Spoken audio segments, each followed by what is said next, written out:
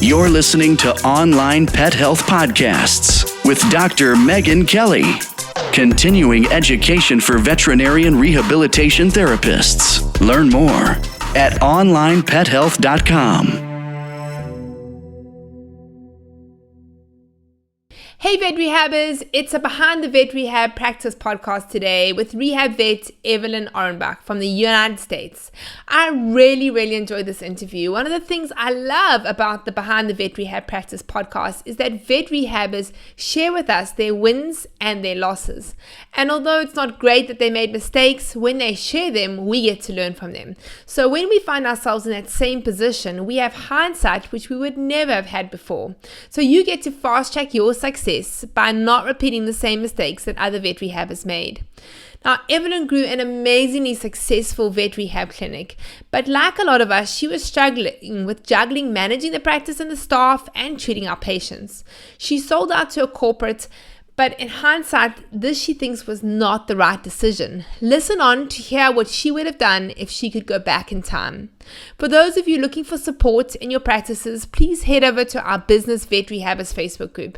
We have a great bunch of vet rehab therapists who share their tips and ideas with everyone. We also have regular guests on the Facebook Live giving training to make you the successful vet rehabber you aspire to be. So without further ado, over to Evelyn. Hey Evelyn, thank you so much for joining me. Thanks so much, Megan. It's great to be here. I'm really looking forward to our discussion today. Evelyn, for the listeners, won't you tell them just a little bit about yourself and how you got into the field of vet rehab? I'll try and make it brief. Yes, so I graduated quite a long time ago from vet school in 1994, and like a lot of people, you kind of get out and you go, is this all there is? And, back in 94, I was doing a lot of flea discussions and skin and things like that.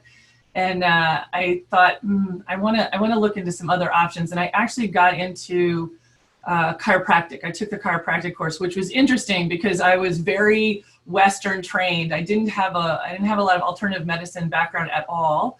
My mother kind of leaned that way, so I think I was a little more open to it. But I walked into that class. This is the Options for Animals course, with a big chip on my shoulder. You're going to have to prove to me this is going to work, kind of thing. And that was back when you could just sign up for 1 week at a time. And I was taken right in. And so I took that course and finished it, I believe, in 98.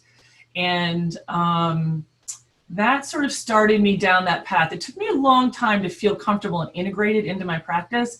But once I started to do that and I started to see that particularly the agility dogs were dramatically better when I would adjust them, that took me down the path, and I broke away from doing a general practice with a little bit of chiropractic added in to doing just chiropractic kind of on my own. And I added in acupuncture, and then once you're doing acupuncture and chiropractic, mostly what you're doing is kind of rehab, musculoskeletal stuff. And then I went and took the rehab course, and then that was how I got into doing exclusively rehab. So by the time I would say since 2003, I have been doing exclusively rehab and no sort of general medicine. So when you started, were you on your own? How did you start off practicing? I decided I just didn't work well for others and I needed to do my own thing. Some of us do and some of us don't. And I needed to do my own thing. And I said, you know what, I've got to break out on my own. I started to just reach out to people and say, here I am, I'm available to come into your practice and see patients for chiropractic. I also started to do a little bit of relief at that time. So I did a little bit of relief, but I found that the chiropractic picked up very quickly, especially as soon as I got into seeing agility animals and agility dogs. And I started going to agility competitions. And it was slow in the beginning. I mean, I didn't make a lot of money that first year in 2003, but then it picked up quite a bit. And of course, adding in the acupuncture and getting more involved in doing rehab in general, that was really how I started. I just felt like I needed to get out, and slowly but surely I built it up. I made those contacts, and it went from there. So were you consulting at other vet practices, or were you going to people's houses, or how was it working? So in the very beginning, I did both. I said, I let the community know I was available. I put my information out on the internet. People got in touch with me. I also reached out to as many veterinarians in my area as I could and said, can I come in and work at your practice? What was interesting was that many of them said, yes, you can use my space for half a day a week or a full day every other week or whatever it was. And I started to do that. But most of these places just had sort of an open room they weren't using, and they saw me as just a little bit of income generation. They didn't understand how to integrate me into their practice. And so I actually got very, very few referrals from within those practices, which I thought was always very interesting.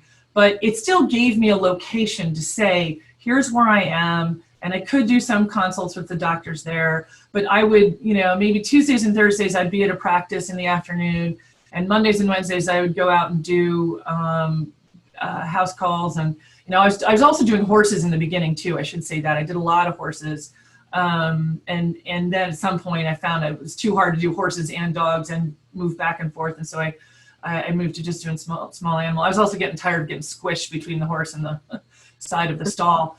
And so as my time was taken up more and more people wanted to see me, I didn't have enough time to go to people's houses. And I started to say, no, I can't come there. You've got to come to this practice and see me.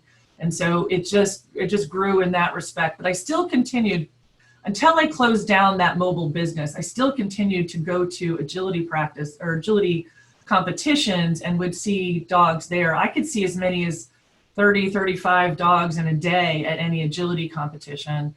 I had a routine, would pop them in, see them. I had somebody coming in and helping me. And so I would always do that all the way to the end. Oh, so when you were using the vet's rooms, what were you paying a fixed fee for that afternoon or percentage of what you were charging, or how did that work? So that really varied, and it very much depended on what they did versus what I did. So one clinic, they had this extra room that they weren't using. It was sort of off to the side. I gave them 10% of everything I made, but I scheduled the appointments, took in the money myself, have supplied my own assistant, right? I had another place where they did all the scheduling. They took the money, they provided the assistant, and I think they paid me 70%.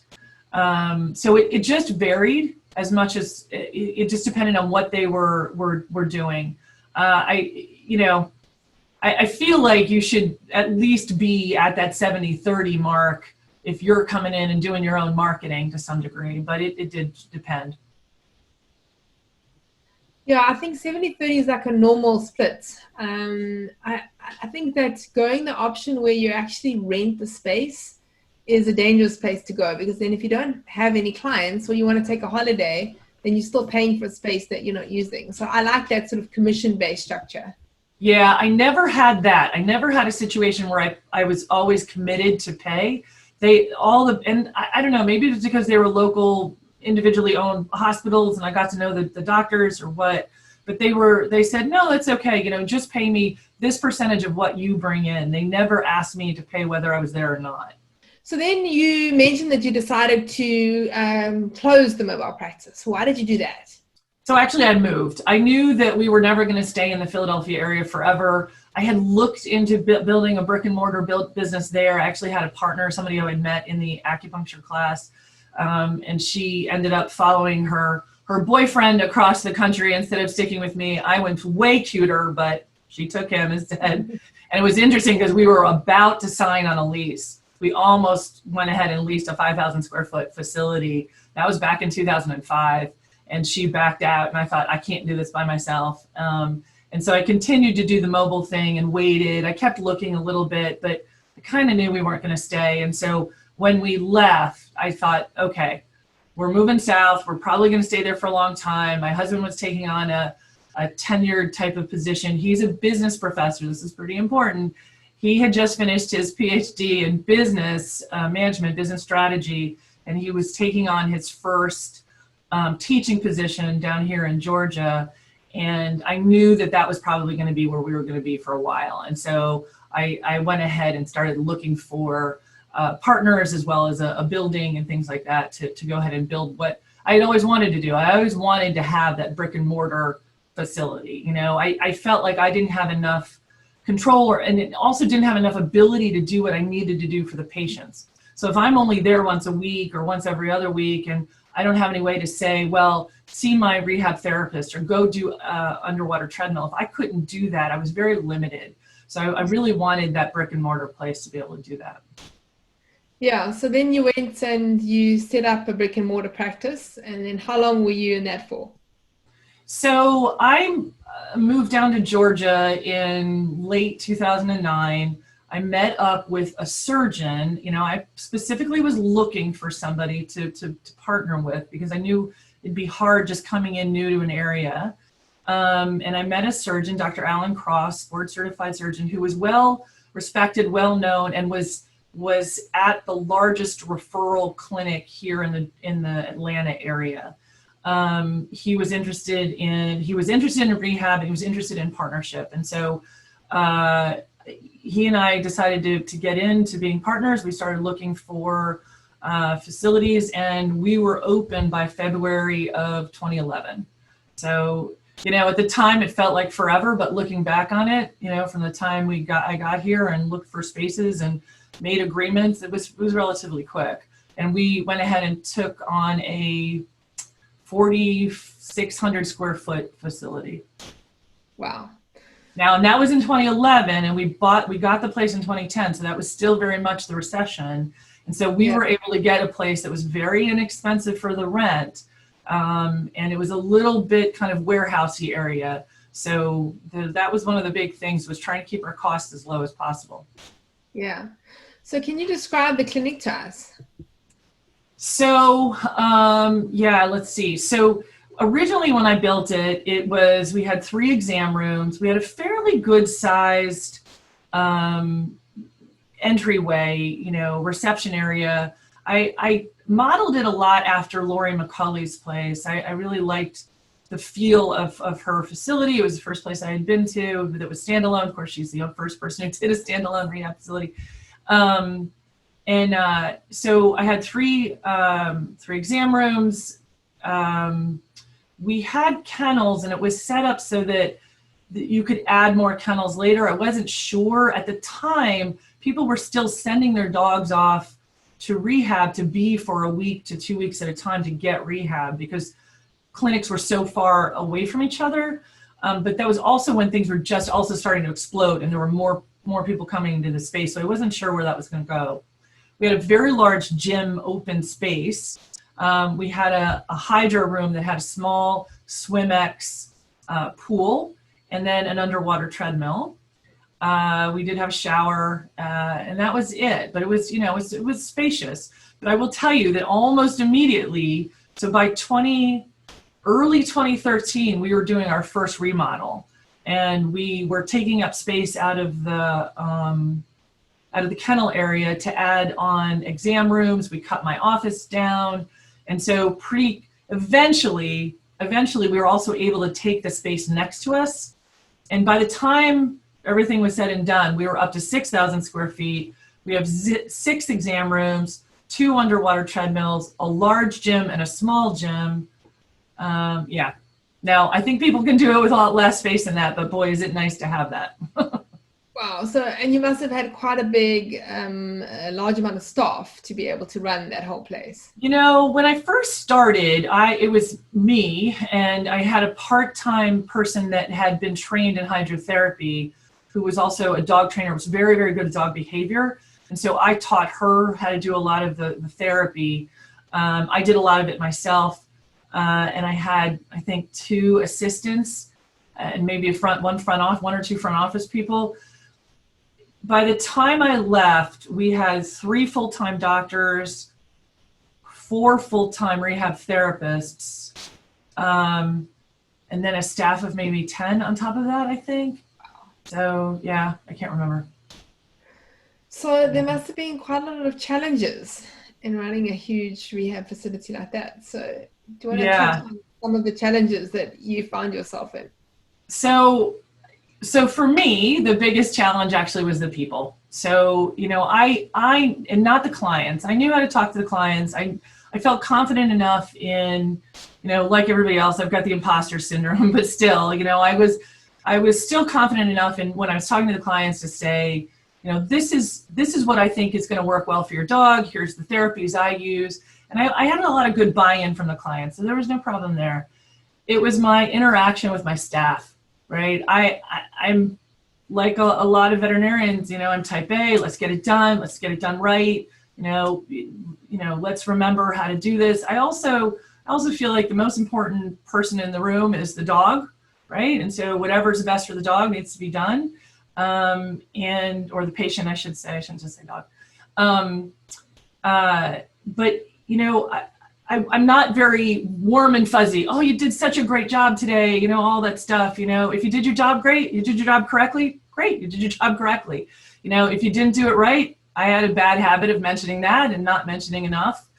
Good job today. So that became a bit of a problem. And I'm willing to talk about it. And it took a long time.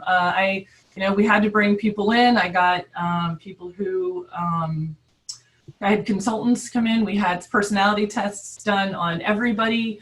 I had a much better understanding over time of who I was as a person, who my partner was, who my staff were, how to talk to them, help them learn how to talk to me, help me learn how to reward them better and incentivize them better.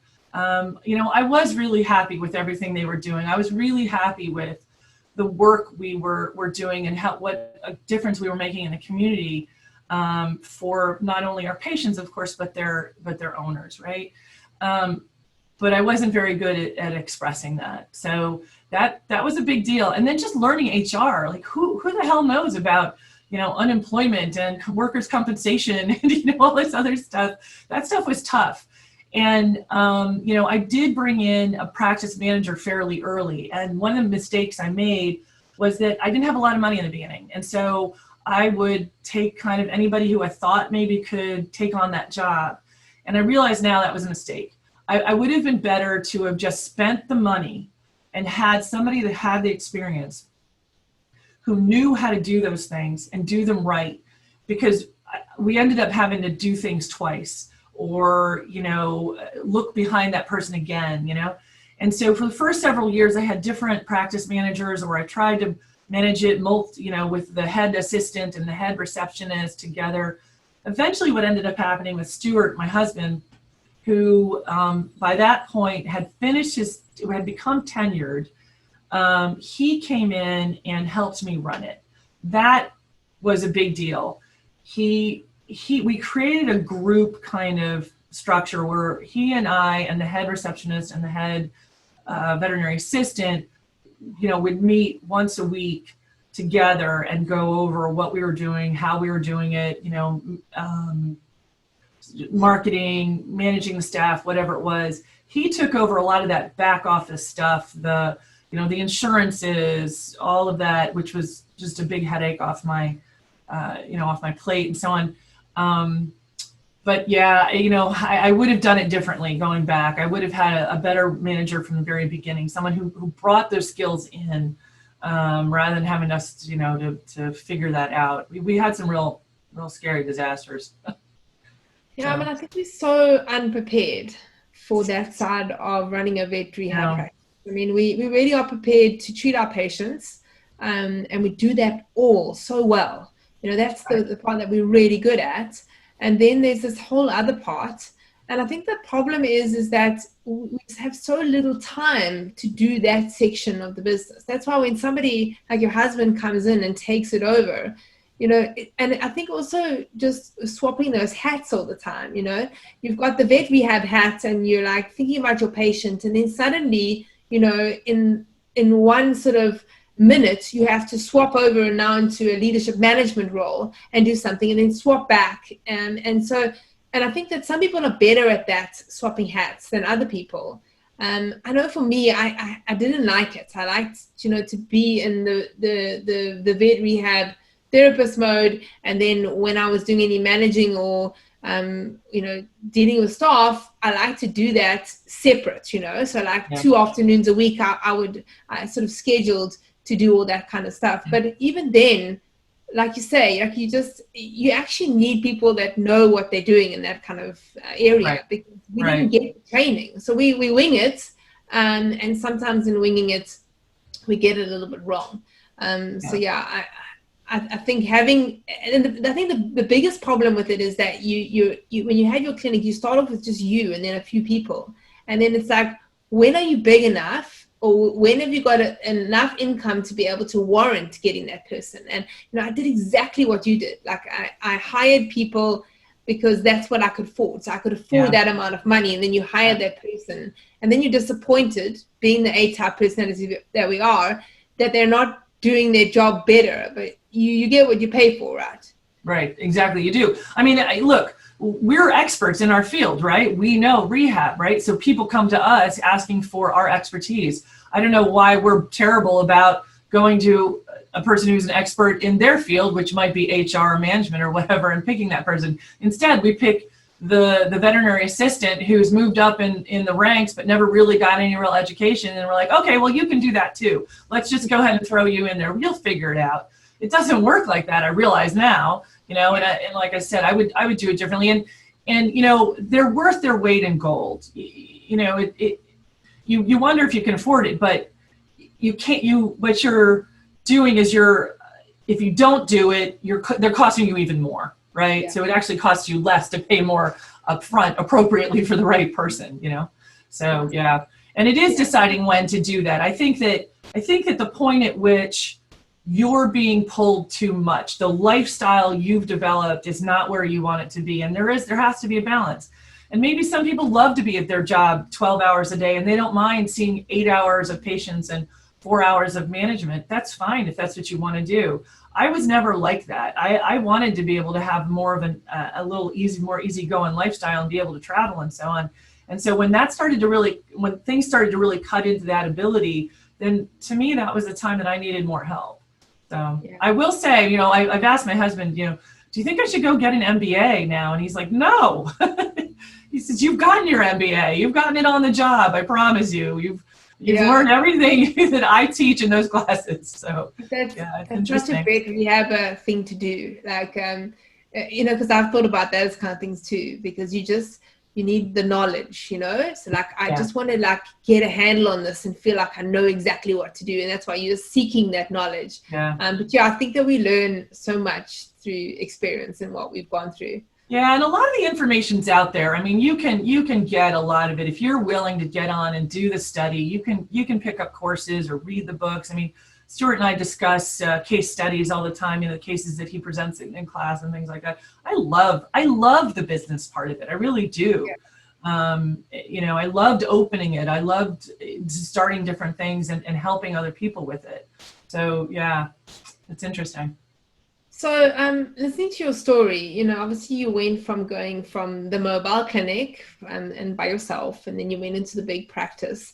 And one of the things that I often chat to the vet rehabbers about is like where do they want to go? Because I think that we often think that we should make that progression. So you start mobile, and most people do go into the brick and mortar, and then they go into the practice themselves, and then they have to decide where is their practice going? And if I think back to my practice, when it got really big and complicated and I had staff, and I remember just longing for those days when there was just me and a few people, when it was smaller. And I think that, we got to decide, what do you actually want?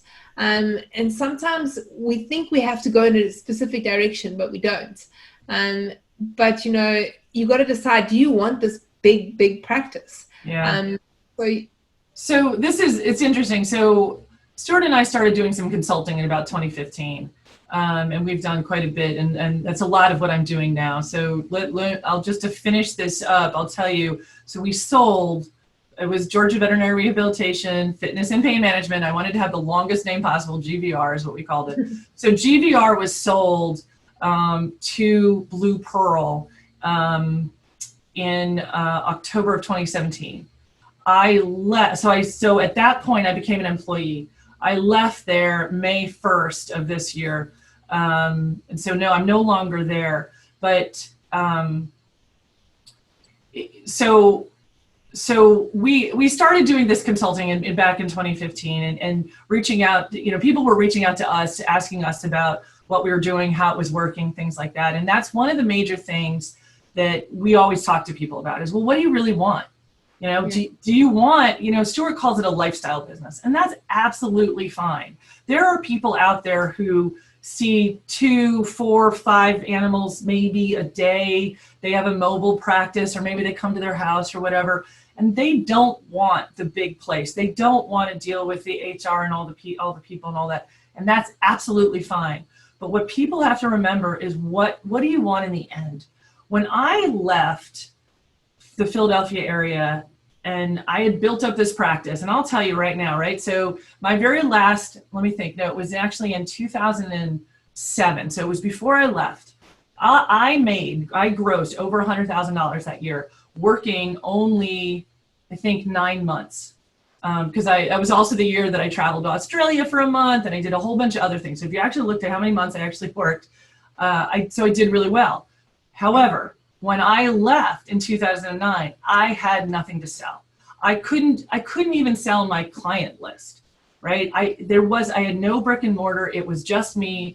Most people wanted to see only me. Even if I referred them to somebody else, they tended not to want to go.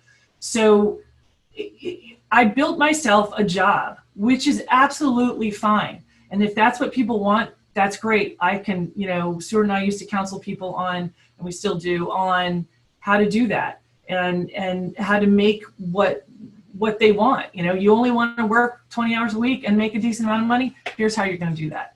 But what I wanted was something bigger. I wanted something bigger than myself, and I wanted to start that business. It was painful. It had its ups and downs and so on, but that was what I wanted. And at the end of it, I knew that I was eventually going to sell it. I didn't know I was going to sell it to Blue Pearl or to a big corporation. I knew eventually I'd have something to sell. My hope had always been that I would sell it to my doctors that were working for me, and that was not an option at the time. So, making that decision is sometimes a difficult one, but it is something people have to look at. And then at the end, when we also counsel people that, they've had the practice, they're done being really, really busy. They don't want to do that anymore. And they're like, I just want to sell. Well, that's not always the right answer either. The question is, why do you want to sell? If the answer is I want to sell because I want more time for my family, well, there's ways to do that without selling. I have friends who own 2 general veterinary clinics together, and they make couple $100,000 or some craziness like that, and they go in and they do the books every other week. They just own it. They have veterinarians that are working there. They no longer work there, right? There's ways to do this. If you don't have to be the veterinarian that's there all the time, right? There's ways to make it work, and maybe you're not going to make as much money, but you're still going to be able to have an ongoing income, essentially an annuity versus a lump sum of selling, which is what I got, right? Now, I did something different with that money. We had some plans, and that's fine, but there's other ways to do it. I sold for some other reasons. I sold because I thought Blue Pearl was going to bring me on and integrate me into their general, or to their national platform, and have me be the sort of internal consultant to help them grow rehab within their platform. And I was looking forward to establishing rehab medicine the way I think it should be done well, where the doctor is the one that's overseeing the cases, and it's done efficiently, and it's, done, business-wise effectively, and so on and so forth. Unfortunately, they just didn't do what they said they were going to do. And they didn't understand how to run rehab. And so I felt like I needed to leave. I didn't leave just because I wanted more time. I left because I wasn't happy with how they were handling everything. So unfortunately. So is Blue Pearl like a corporate veterinary? Yeah, sorry. So they're a big name here in the United States. They're a very large corporate entity, but they are specialty only. So Blue Pearl is now owned by Mars. So Mars, as you might know, owns Banfield, Blue Pearl, VCA, and so on and so forth. they run those sort of as silos. So Blue Pearl within Mars is its own organization, but it's specialty only. So we came in as a specialty clinic essentially, but they have Blue Pearl itself doesn't have any general practices. But yeah, so they're a big roll-up corporation. But the way they do it is they buy you. You have an agreement that you're going to stay on for a certain period of time. You walk away with the cash. They pay off your loans and so on and so forth. You walk away with the rest of the cash, and then you're required to stay on as an employee for a certain period of time. Almost all the corporations require it to be about 3 years. So I left a little bit before that, but that's okay. They tend to use a very specific metric about how they look at the practices, and rehab doesn't fit those metrics. And it's really unfortunate. They were trying to fit, a square peg in a round hole. And I was like, no, you can't do that. And they're like, no, but that's what we do. Well, at that point I had sold and there wasn't anything I could do. They brought me on and they said, we like your model. We want to continue on with your model. And I said, okay, great. This is terrific. And one of my models is that I send my assistants to one of the schools to become a rehab therapist, and they're more educated. And the first time, as soon as we were part of Blue Pearl and I wanted somebody to be sent, they were like, what? $10,000? What are you talking about? I'm like, well, that's my model. This is what I do. I don't buy a lot of equipment. I don't have a CapEx. You don't have to buy, a CT machine or an MRI machine for me, but you do need to send my staff to school. And I had to fight and, push to get them to even spend the $7,000, and this poor young woman had to pay the other $3,000 to, pay for her way and so on and so forth. But, it's unfortunate. These guys just don't, most of them, I can't speak for everybody, but I will definitely say Blue Pearl, and a couple of the others I've heard of, don't understand how to look at rehab from a business perspective. Yeah, because vet rehab practice is really different. It's not the same as veterinary practice. So you can't actually just, model it off how you run veterinary practices. And I think it's a challenge that we have, because I think that there are a lot of vet rehab practices that are running and they're not running optimally, because maybe they are modeled off the veterinary. If you try and model your vet rehab practice over exactly how a vet practice runs, you're going to run into problems. And some of the things that I can think of which are the challenges is the length of our consults. We have really long consults, and so we really need to make sure that everything we are doing in those consults, we're actually optimizing our time.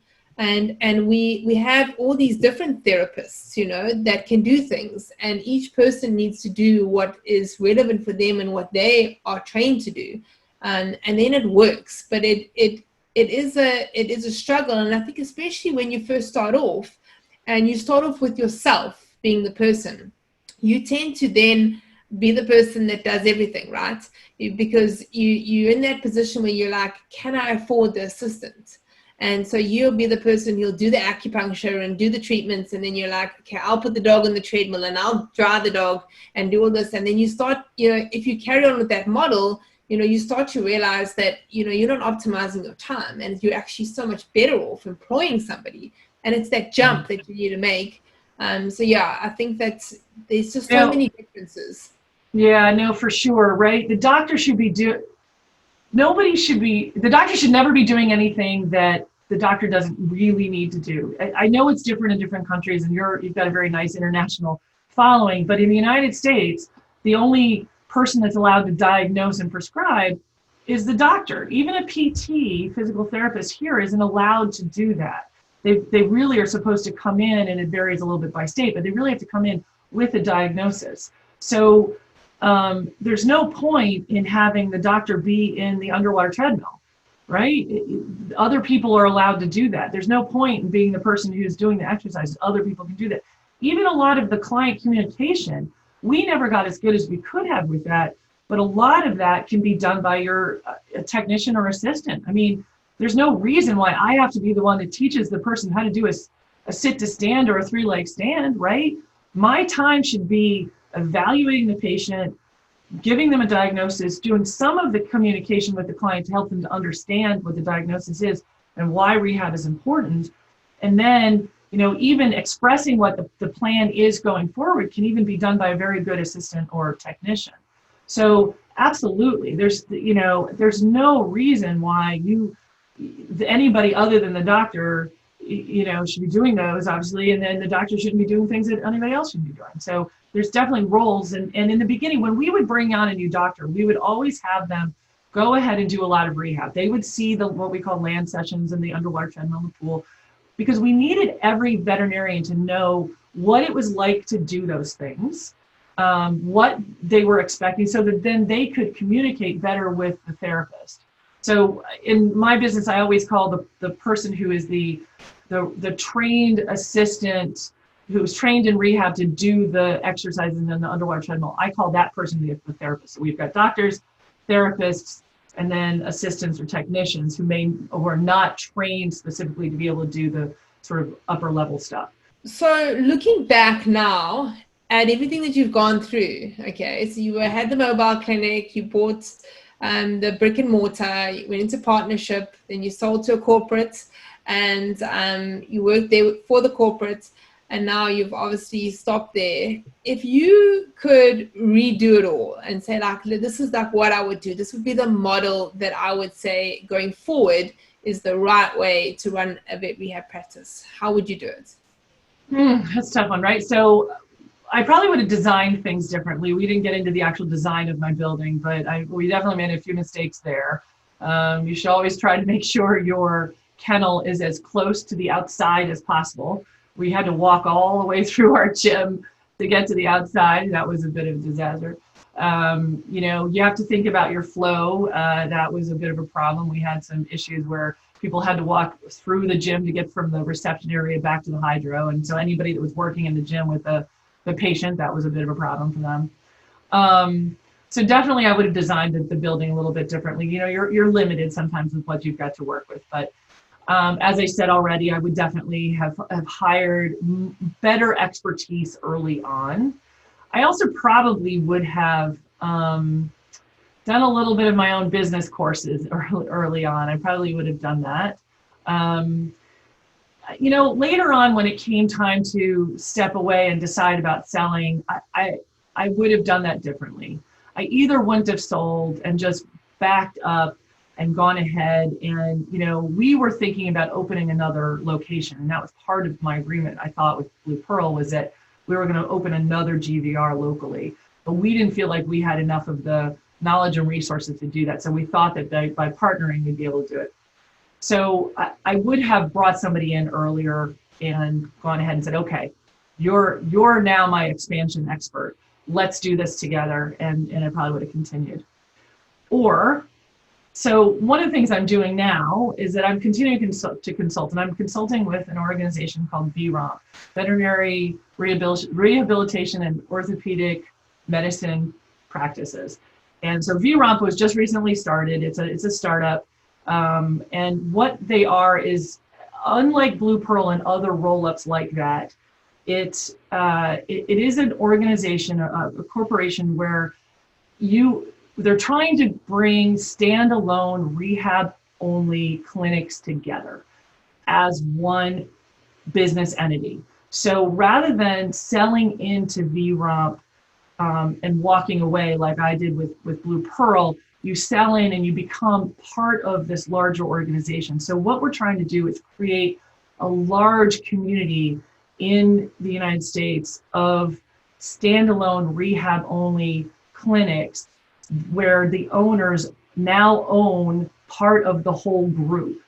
By doing that, we can really run it well. We can share best practices. We can have, one organization that's going to help to market. We're terrible at marketing ourselves, right? So marketing and the business and all the background stuff can be done by this group who you're now a part of, but then as part of that, you also help to run it. So you help to make some of those decisions.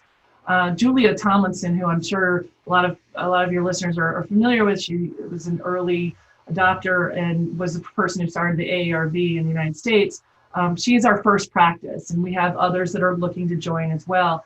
Had I been able to do it again, I would have looked for something like this. Had I waited just another year or so, I would have found VROMP. So now what I get to do is be their consultant and advisor, and we'll continue to work with them and grow that and make a corporation that will be rehab only, so that it's done well, that it's best for the practices, it's best for the patients. So that would have been sort of one of my biggest things, was not to have sold in the way that I did when I did, I think. Yeah, I love the idea of that, because I mean, part of the problem that most of us have is that we don't have the time to do all those business things. So when you're in this group now, that's all sort of the systems for the marketing strategies. Just correct me if I'm wrong, all that and the HR and everything is all put into like a little operations manual that each practice has and runs. So so you guys are basically working out, this is how practice, this is the best model, and this is the marketing strategy right now. And then if you're a part of that group, you get that. And then you just need to follow that. And there's a lot of stuff that is obviously done for the group that you don't have to do. So if you think about that's our challenge, trying to juggle the vet rehab and the business side of things. So you get a working model of how the business should run, and everything that is running exactly how it should be, and you don't have to worry about trying to decide, is that the right thing, should I be doing this, who should I hire, this and that, because that part is sort of taken care of. Right. You also get me and you get Julia, right? We're both board certified, and that getting together, and there's not enough of us quite yet, but eventually I see us as getting together and once a month talking about cases, or at any time, somebody who's in the group can certainly reach out to one of us and say, hey, I got this weird case, how do I handle this? And it's just that idea of shared knowledge, and maybe in the future, Julia's practice becomes a place where we send our staff to go get trained. So everybody is trained the same, and we get that high level of knowledge among our staff. I just love this idea of a group that's rehab only, and it's run by the rehab doctors themselves. So yeah. If there are people, because obviously only in the United States this is happening, and maybe it's something that will go global eventually, but if there are listeners that are interested, where could they go to find out more information about it? So if anybody wants to know more about VROMP, there is a website. It's VETROMP, VETROMP.com, and you can look at some more information in there about it. Or you can reach out to me. I'm happy to talk to people about it. As part of my job is reaching out to people and introducing them, and part of what we're doing too is not just, hey, come in and join our practice. It's also trying to find out what everybody's doing out there. What is the best?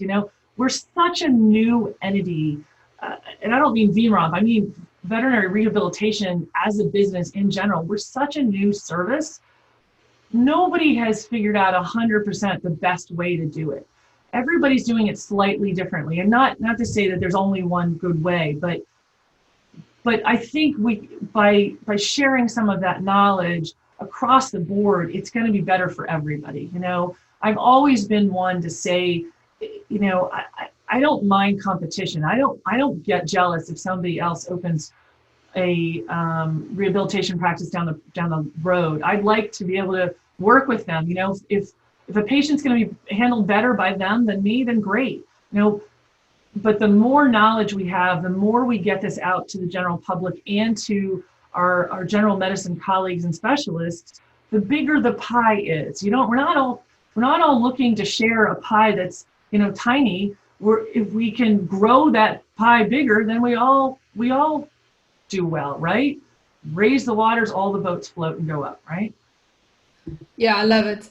For those of you that want that URL, I will put it in the description too. So if you missed that, but it was vetromp.com.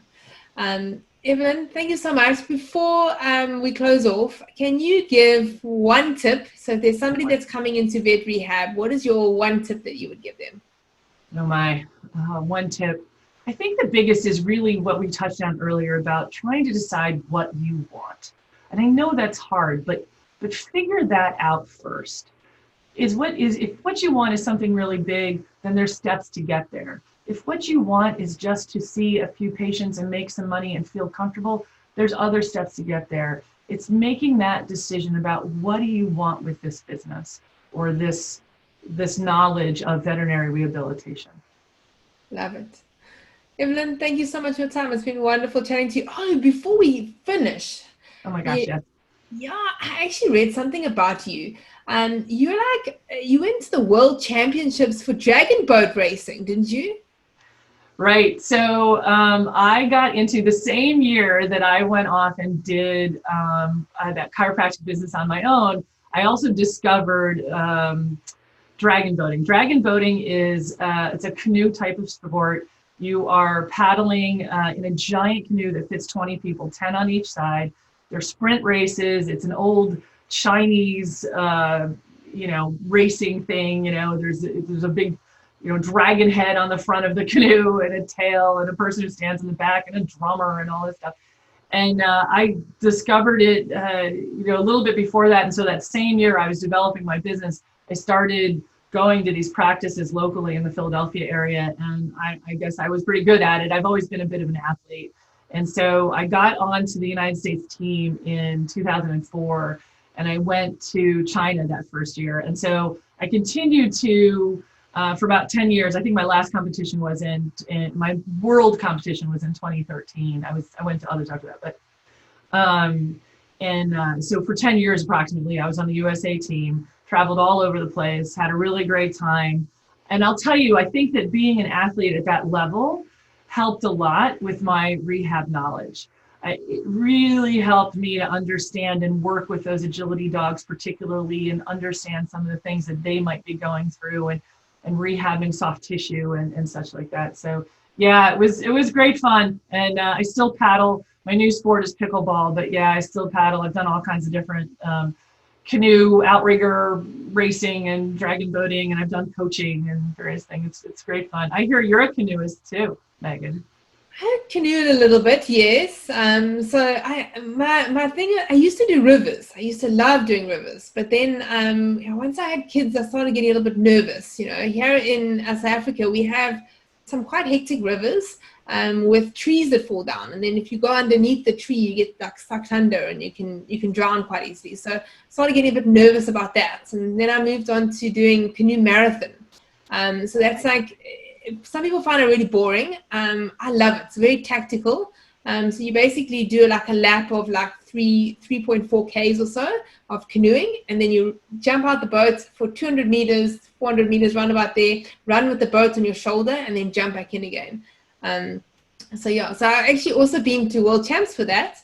We had the World Championships here in South Africa, and I made the Masters team for it. So yeah. So I love canoeing, and I see those people dragon boating. It's really hectic on the body. So These are very fast races. They can be a minute, 2 minutes, 5 minutes long. You are just going all out. And the big thing with dragon boating is because you're sitting in that boat with 20 people, everybody has to be very precisely hitting the water and pulling the water at exactly the same moment. So you're a well-oiled machine. That's what you do. It's not just your own physical ability. It's working together, putting that paddle in at exactly the same moment together. It's great fun. And I love that sense of community, of working together to accomplish it together. Yeah. Great team building. Absolutely. Yeah. Evelyn, it's been lovely chatting to you. Thank you so much for your time. Really appreciate it. No worries. Thank you, Megan. I really appreciate it too. Bye. Good. If you enjoyed this podcast, please hit the subscribe button so you get notified every time I load a new podcast. And please, if you get a moment, head over to Stitcher or iTunes and leave me a review. It's a really lonely job being a podcaster, and so the only time I get to hear from you or know that you're out there is when I get a review. And know that I read every single one of your reviews. So to those of you that have left reviews, I want to say a very, very big thank you. Every time we get a review, it really helps to get the veterinary rehabilitation podcast out there to all the vet rehabbers all over the world.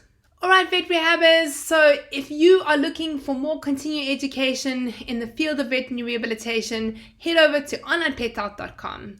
Go be awesome, guys.